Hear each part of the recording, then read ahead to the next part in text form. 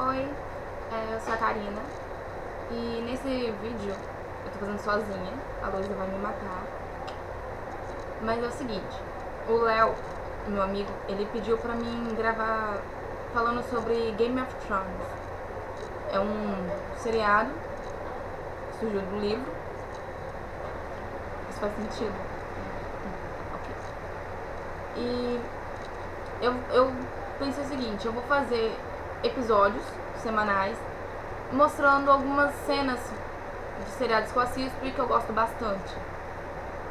Então hoje vai ser sobre Grey's Anatomy. Eu não assisto muito, eu assisti quando eu era menor, mas esse episódio eu amo porque tem uma história muito fofa e a participação especial da minha Demi.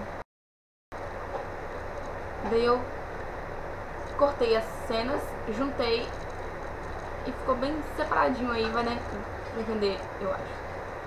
Então primeiro vai ser a história de Henry e Betty. Então assisti.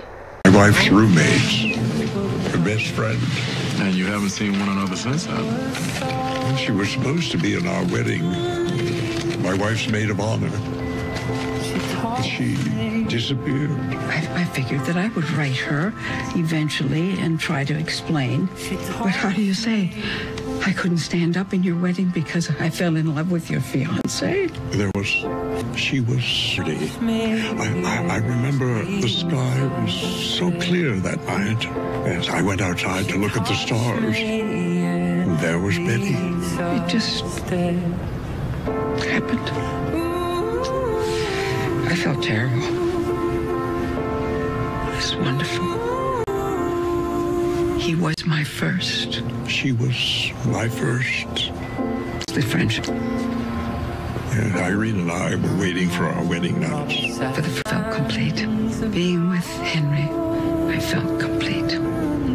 I wanted to tell Irene. I wanted to call off the engagement. It would have been a terrible scandal. And it would have ruined my friendship with Irene. But of course the friendship was ruined anyway. She just left. She went to grad school across the country and I married Irene. Well, I loved Irene. But she wasn't Betty. I told myself She wasn't Betty. I told myself there'd be plenty of Henrys in my life. And were there? My husband was a good man, kind, funny, smart. But he was no Henry. There was never another Henry. Dr. Torres, I have an idea. 50 years later, still all those feelings. Saying something, isn't it? Come live with me. It's a nice place, warm, quiet. We barely know each other. We know each other. We missed our chance once, Betty. I'd hate to make the same mistake again. Betty, I need to get job search. To think about it. That's all I ask. I got over you, Henry. I married Mike. I had 4 kids, now grandkids that give me such joy. I got over you. I'm sorry.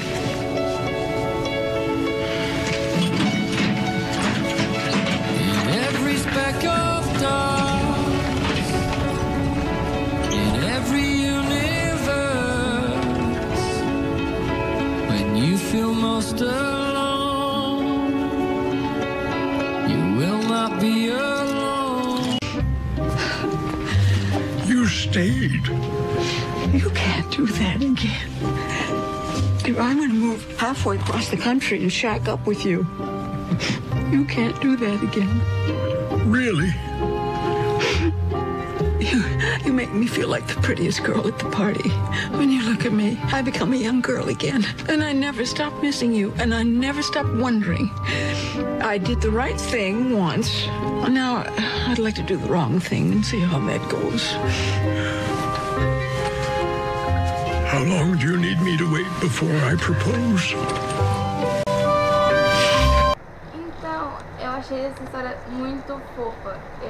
Eu sei que é bem raro de acontecer, provavelmente nunca aconteceu. Mas se alguém de vocês souber alguma história parecida, comente aqui embaixo. Eu vou amar ler.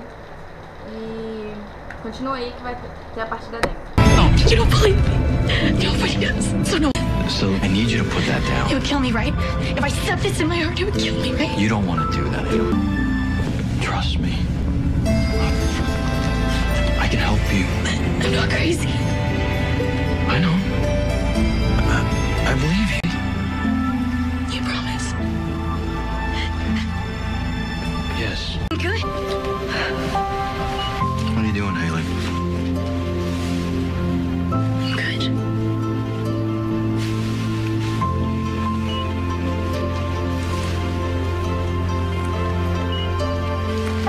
I'm good.